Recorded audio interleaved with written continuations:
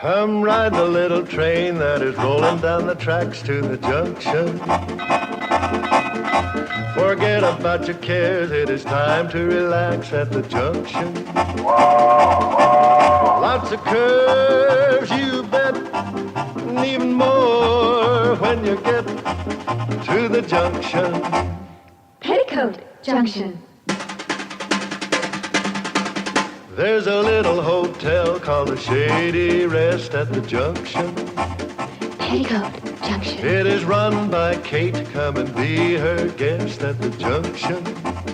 Petticoat Junction. And that's Uncle Joe. He's a moving kind of slow at the junction. Petticoat Junction.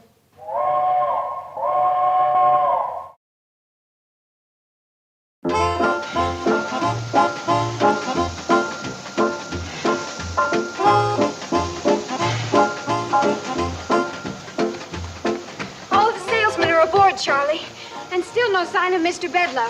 He's gonna be a mighty surprised railroad vice president when he wakes up and finds out his train's gone. Kate sure had a wonderful idea to sneak out of here while... Boyd, are you burning railroad ties again? Charlie, I just burned the loose ones. Besides, we need a quick fire. You go tell your ma that if she can keep Mr. Bedloe asleep just 10 more minutes, we're on our way to Pixley. Will do.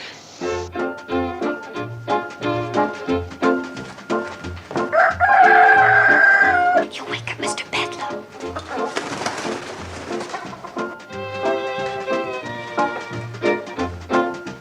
Everybody get on the train? Yes, Mom, but it'll be another 10 or 15 minutes before Charlie and Floyd can get up enough steam to pull out. We just got to see to it that Mr. Bedloe doesn't wake up before they leave. All aboard!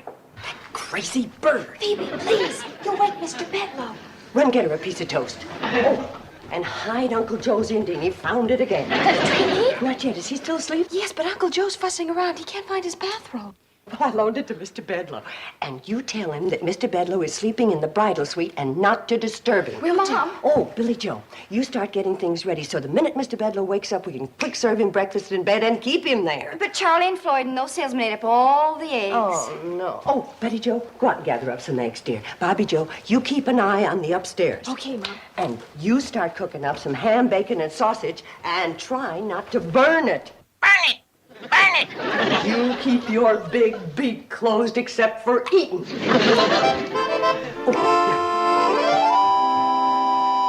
What do you mean, Mr. Bedloe sleeping in the bridal suite? You ought to be sleeping in the barn, and I want my bathrobe back. There's Uncle Joe. Mother says he's not to be disturbed. We'll see about that. Kate! Shh, wake him.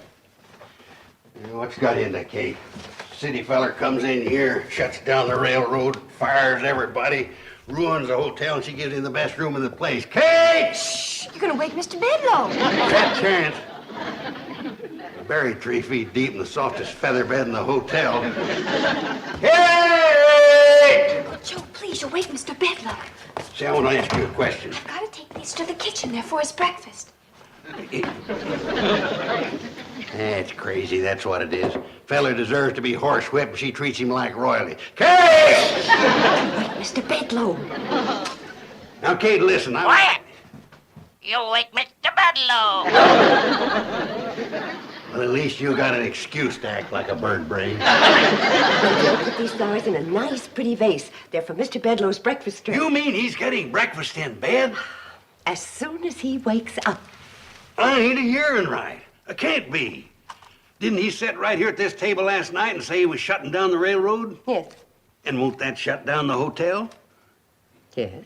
Well, then what in the name of blue thunderation? Mr. Bedloe's awake. He left his eggnog tray outside the door. Eggnog tray? Well, we served him hot eggnog last night about midnight. To get him to sleep.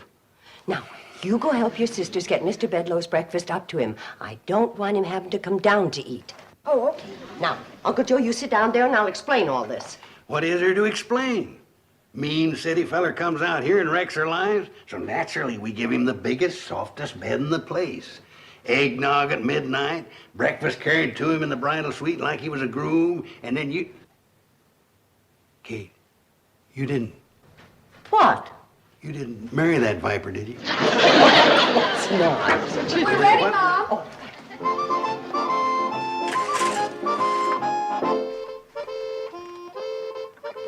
very nice.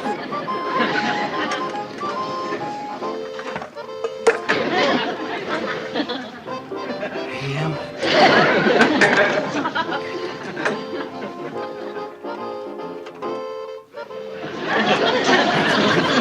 Now remember, girls, pretty smiles and happy talk. Ain't you going up and move his jaws for him so he won't have to chew? Joe, I'm doing everything for a reason. Now sit down and I'll explain.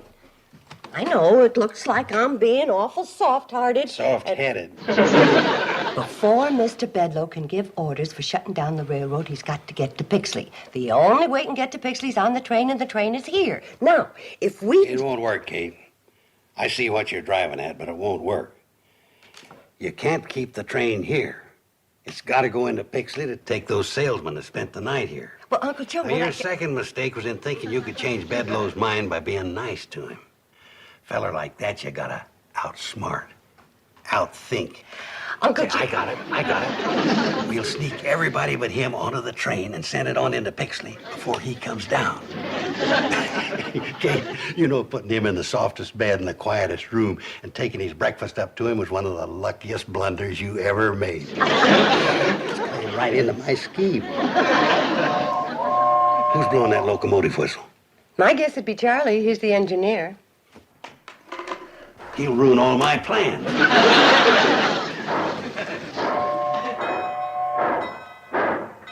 The darn fool's pulling out. We won't have time to wake the salesman. Well, they're on the train, Uncle Joe. How come? I woke him up early. Kate, this is your morning for lucky blunders. Mom, it worked. We heard the train pull out. And now Mr. Bedloe can't go into Pixley. Your idea was brilliant, Mom. I knew it would work. Oh, well... wait a minute, girls. In all fairness, Uncle Joe had the same idea. That's true, girl. It's just that your mother got up first and beat me to it.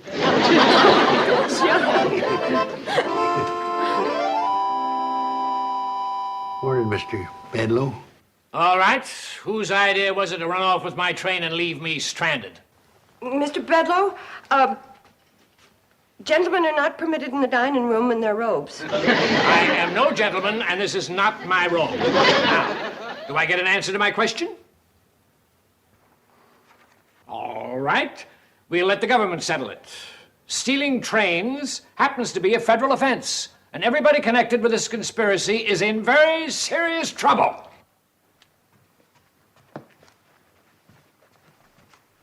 I hope this teaches you a lesson, Kate.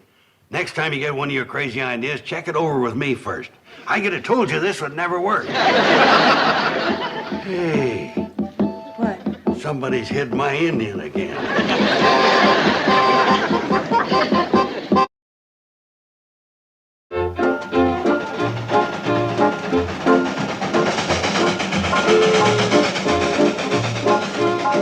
Charlie, I feel kind of bad about us running off, leaving Kate to face the music.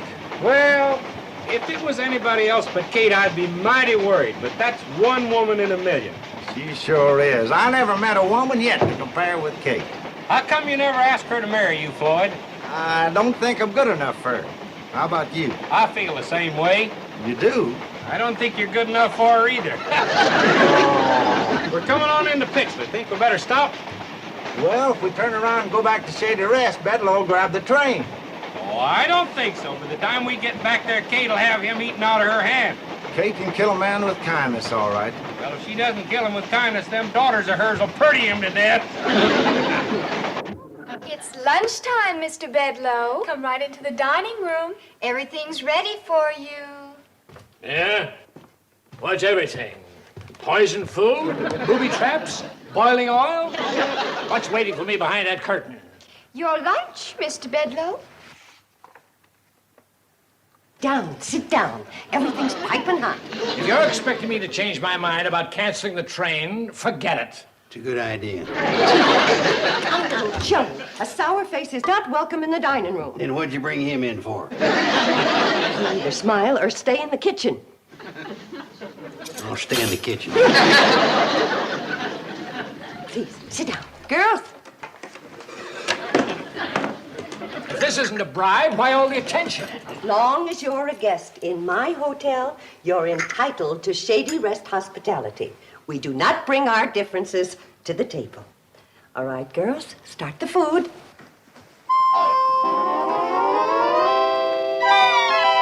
More coffee? More pie, Mr. Bedloe. More cake? How about some more homemade ice cream? This time, try my hot fudge on a sundae instead of strawberries and peaches. Oh, please, no more. I've never had such a meal in all my life. Oh, go on.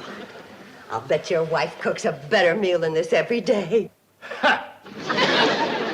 Some women don't care about cooking. They're meant to just sit around and look beautiful. Now, don't tell me your wife isn't beautiful. She'd have to be to catch a successful, good-looking man like you. Oh, yes, let's go into the lobby where you can relax and listen to the entertainment. Entertainment? Just a little singing to settle the food. Nothing like music after a meal. What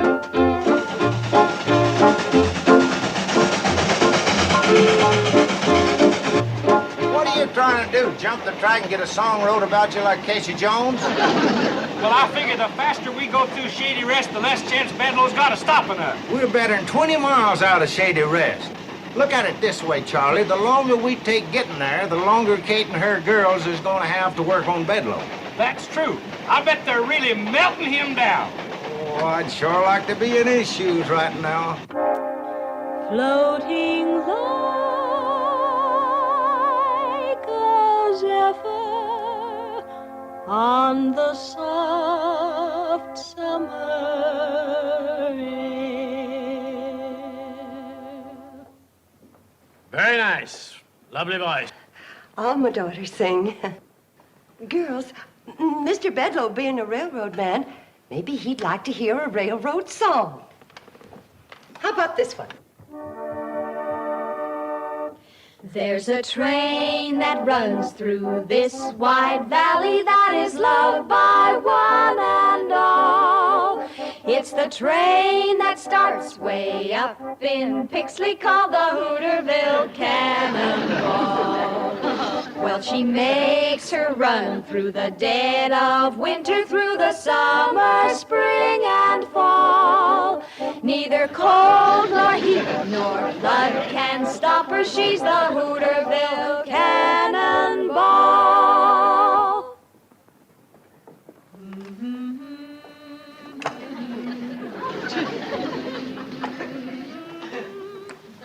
Yes, Mr. Bedloe. The folks in this valley depend on that train. It hauls the farmers' crops to market. It takes their children to school. It brings their supplies from town. And on Sunday, it makes a special trip just to take folks to church. When my 3 babies were born, who came screaming through the night to bring the doctor to my side?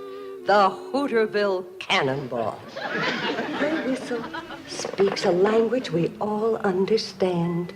To the children, it's a lullaby. To the young folks, a song of love. And to the old, a hymn of comfort. Mr. Bedloe, the folks in this valley haven't got much money. But as long as that little train runs, they'll never be poor.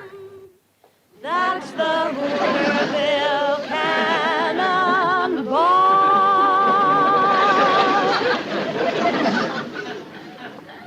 Mrs. Bradley, I came here in anger, and you repaid me with kindness. I gave you bad news, and you gave me warm and friendly hospitality. You and your lovely daughters have taken the time and the trouble to explain what the Hooterville Cannonball means to you and your neighbors. After all of that, could any man say, scrap that little train? Just one. Me. The minute it gets back from Pixley.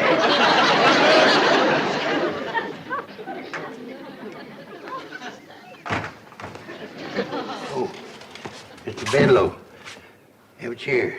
Thanks. I will.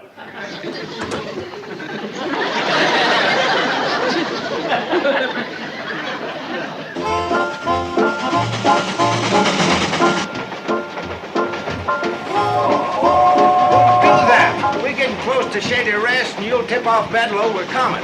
I think he knows it already, Floyd. Take a look. It's Bedloe. Right smack dab in the middle of the track. Think we ought to stop? Of course we're gonna stop, you smokehead. That's one of Kate's best chairs.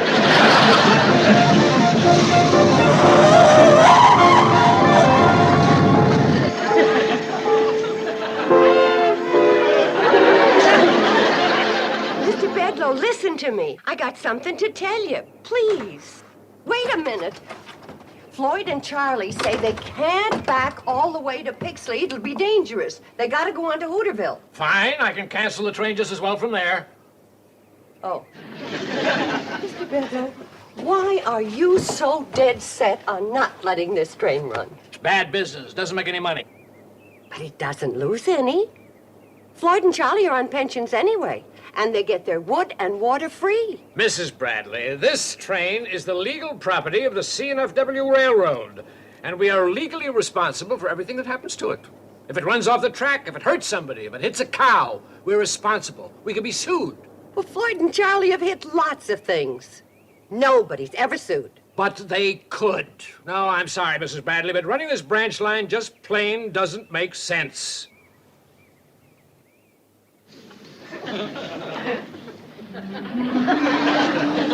Doesn't it make sense to help folks when they need it? Bring the doctor when you're sick. Take little children to school. Forget it.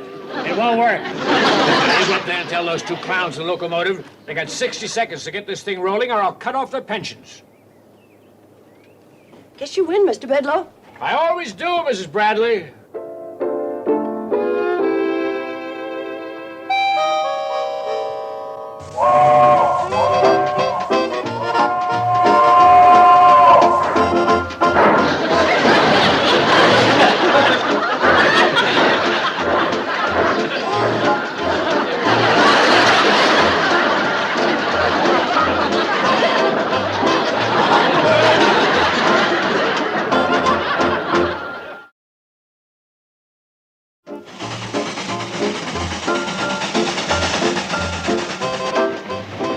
You know, Kate, this is the first time you ever rode up here. And the last.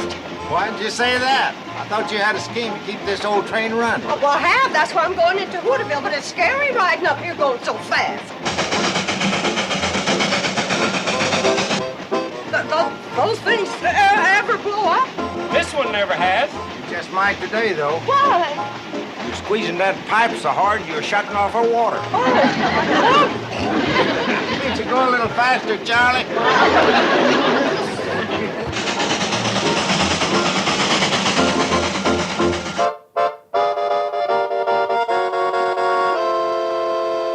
Hey, I suppose you think that was pretty smart, my sitting in that coach while the engine went to Hooterville. No, I thought it was kind of stupid myself. I ought to knock you over that railing. You shouldn't have said that, Bedloe. No? Why not? Because it scared me. Wait a second. Sit down. Okay. That stupid train the only way to get to Hooterville? No, There's another way. that's right. You mean somebody can take me? Yeah. I can take you. Now listen, old-timer. I didn't mean to yell at you. I know you're not in this with these other people. I can see you're an intelligent man. You can? Now, I'm willing to pay you. No, I didn't ask for any money. I know you didn't. I'm forcing it on you. Now, come on, let's get going.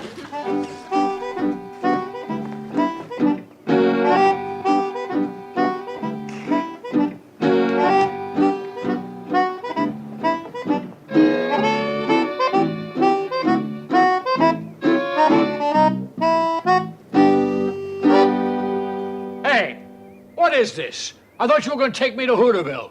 I am. We'll never get there before tomorrow if you don't walk faster. Walk? The only way you can get there outside the train. Well, why didn't you tell me? You didn't ask me. Let me have my money back.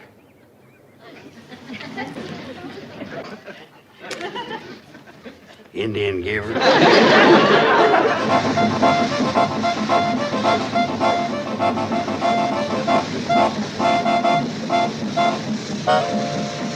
Hiya, boys. Hi, Sam. Kate. Listen, Sam, I need your help. If we don't do something, Charlie and Floyd are going to lose their train. Well, I hate to tell you this, but they've already lost part of it. I don't mean that. Boys, you go on down and turn around and pick us up on the way back.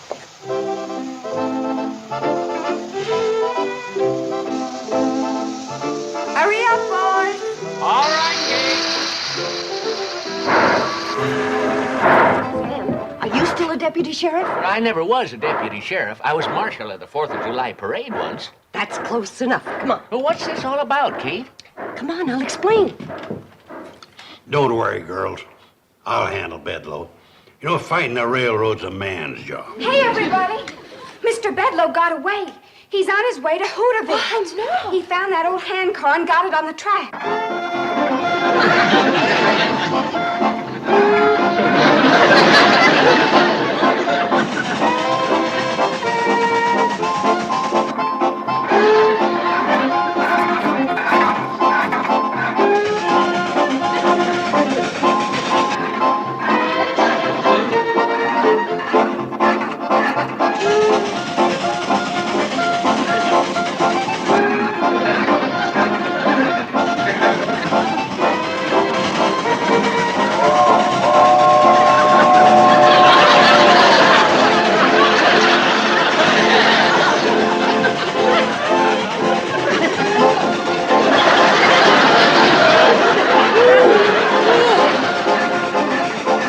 Get out of here! Hey, whoa! Stop the train!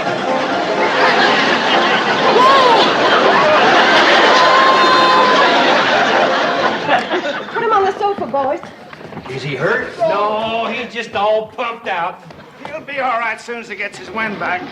We've been running for 5 miles. Are you going to be all right, Mr. Bedloe? I guess so. Who are you? My name's Drucker. Hey, Marshal Drucker from Hooterville. Marshal Drucker. He's a lawman. Thought you ran a general store. Yeah, I do that, too. Also publish the newspaper. Yeah, plus being the postmaster. And he's the mayor? Never mind all that. No, if you're a marshal, arrest every one of these people. What's the charge? Stealing a train. You mean Charlie and Floyd's train? That's my train. Oh, I'm the official representative of the C&FW Railroads. Marshal Drucker, do your duty. Yeah, be quick about it.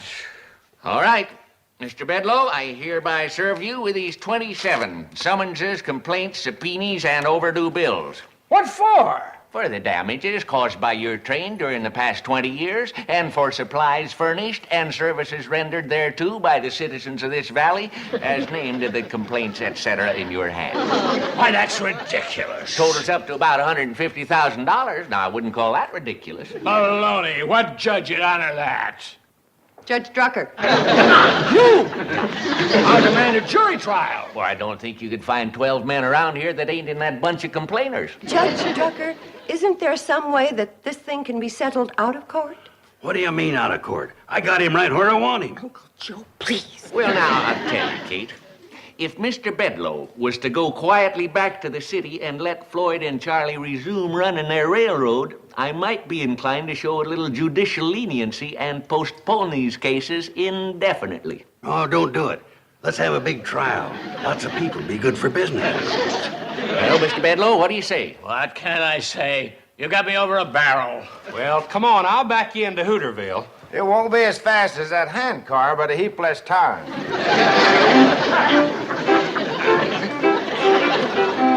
Well, Kate, you've pulled some beauties today. But letting him go was the biggest blunder of all. Oh, you think so? Well, he admitted himself we had him over a barrel.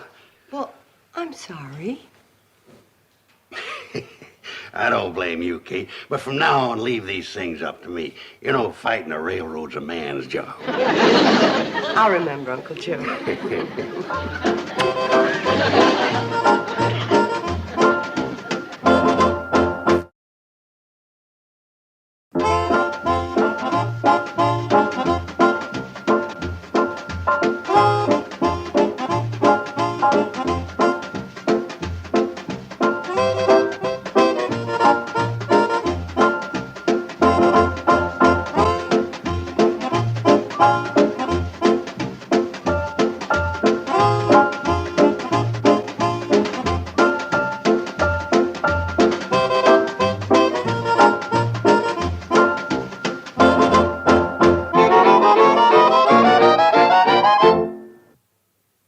This has been a Filmways presentation.